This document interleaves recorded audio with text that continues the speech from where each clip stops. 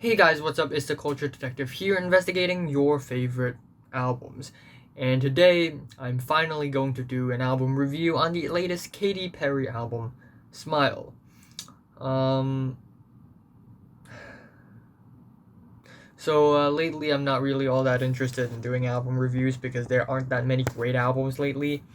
Uh, there's the Black Bear album, Everything Means Nothing, and that album I'm just not interested in reviewing it. There's a new 6ix9ine album. Why would I put myself through this album? I don't know. There's the new Katy Perry album. And it's not really that good either. So Katy Perry is a very famous pop star, and she has been making music for a long time. In fact, when I was young, when I was just a kid, a preteen, she has been dropping a lot of huge singles that has been blasting in all radios across the world, and I myself have enjoyed those songs as well when I was young. Songs like Tiger or Do You Ever Feel Like a Plastic Bag, whatever that song is actually called, I think Fireworks. Anyways, those albums are Teenage Dream and Prism, and while they are not the best album ever, they are not as bad as Witness, which isn't a terrible album by any means, but is still very subpar, underwhelming. And then now we have Smile, which is even more subpar, even more underwhelming, even more uninspiring. This is Katy Perry's shortest project so far. The singles leading up to this album aren't really all that great at all. In fact, they're all very generic, boring, bland, and the album is just. So I'm gonna go over the album track by track, as always. The first track is Never Really Over, and it has a pretty nice, sharp, exciting, energetic EDM beat produced by none other than Mr. Z. And however, even though I like the beat quite a bit, I think the chord progression of this track is just really, really generic.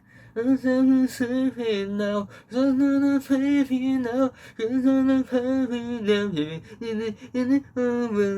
it just sounds like I've listened to this kind of chord progression for 12 million times already.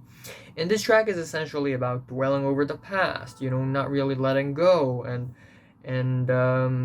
this message is the last thing I need right now.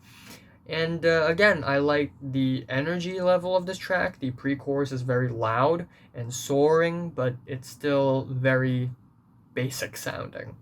The second track is Cry About It Later, and it's an 80s-esque groovy synth pop track with slick synths, nice guitar solo, some auto-tune vocals, a skippy beat.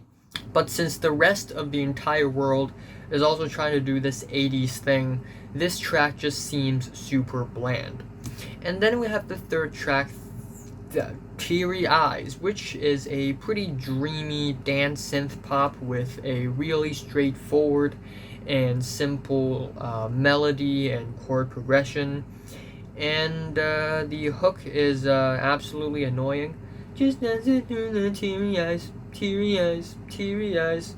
And the lyrics is basically dancing through the pain, like, oh, I'm crying, I have teary eyes, but I'm still dancing, dancing through it all, And I get the message, but it's not really explored all that well. And then we get these millennial whoops on this track. It's 2020, come on. The fourth track is Daiseys, and it's another track where Katy Perry sort of talks about how she's growing up through the cracks, like a daisy, sort of surviving. And this track just turns out to be a really dry, overly dramatic song. Daisies, daisies, daisies. The chorus is really overly dramatic. It's actually a little bit funny. And then immediately following up, we have the track Resilient, which is more quiet, toned down, slow, uneventful.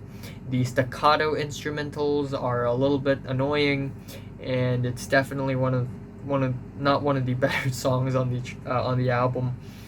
And then we have Not the End of the World, which again has a very encouraging message. It's not the end of the world, there's still hope in humanity and the world, we can still survive. Let's do this.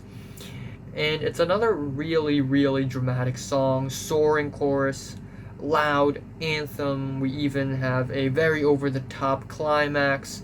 And we also have an interpolation of another song which didn't go so well. And that being said, it's still a very basic song. It still doesn't stand out at all. It feels like Katy Perry had made songs like this like 12 times already. And then we have the title track, Smile, which has these very fun, jumpy synths, and it has a 90s dance pop quality to it, which, yes, little throwback, everyone's doing that, but it's not that bad on this track. The horn hits are really nice. And instrumentally, it is definitely one of the most energetic instrumentals on the entire album. If there's one complaint on this track, that would be the vocal melodies are just not dynamic at all. It just doesn't progress. It doesn't feel like this track has a specific chorus or verse or anything. It just happens. That's it.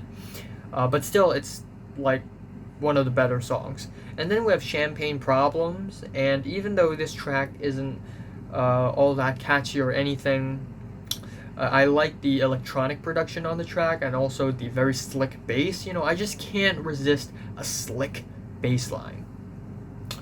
Anyways, the track afterwards is Tucked, which is a very generic, summery pop track with a very unnecessary electronic breakdown as the chorus. And even though this track doesn't sound bad at all, and the production is on point, in fact, the production is on point in pretty much all of the tracks on the album, it's still very basic. And then we have Harleys in Hawaii, which is a track about escapism, not liking the state of the world and the society we're in right now, which is very reasonable. I mean, yeah. The chorus is incredibly tacky. The hook is laughably terrible. Harleys in Hawaii, Hawaii, Hawaii, Hawaii, Hawaii, Hawaii. Alright. Hey, please let me review an album in peace. Hey. The penultimate track is called Only Love, and it's another really dramatic anthem from Katy Perry. Starting off, it's very quiet, but then it slowly builds up to a very, very dramatic climax with choral vocals. And just like Not the End of the World and Daiseys, it just sounds dramatic and that's it. It doesn't really provide anything melody-wise, nothing production-wise. It doesn't stand out all that much, and it sounds like Katy Perry had done songs like this many times already. And the album ends off with What Makes a Woman, which has these really nice, simple, finger-picked folk guitars. And then halfway through, we get this dance beat, and then the song just ends abruptly. It just ended, just like that. And it's not like the lyrics. Given the track title is What Makes a Woman, you'd think, there's some, female empowerment lyrics on this track, but not really. No, it's still not no. So yeah, overall, very underwhelming album. I wouldn't say it sounds awful. I wouldn't say it sounds embarrassing. I mean, some hooks on this album still stand. However, as far as songwriting goes, this album is just ever so underwhelming and uninspired, unfortunately. My favorite track on the album is the title track Smile, and my least favorite is Harleys in Hawaii, Hawaii. And I'm giving Katy Perry's Smile a light 4 out of 10. So, have you listened to the latest Katy Perry album? For 1 to 10, how much you rate it, like if you like it, and subscribe if you want more, and thanks for watching. I will be reviewing Radiohead albums, more of them, and I will also review Black Bear and 6ix9ine, because why not? And also Everything. They're finally putting their album up on Spotify. Finally.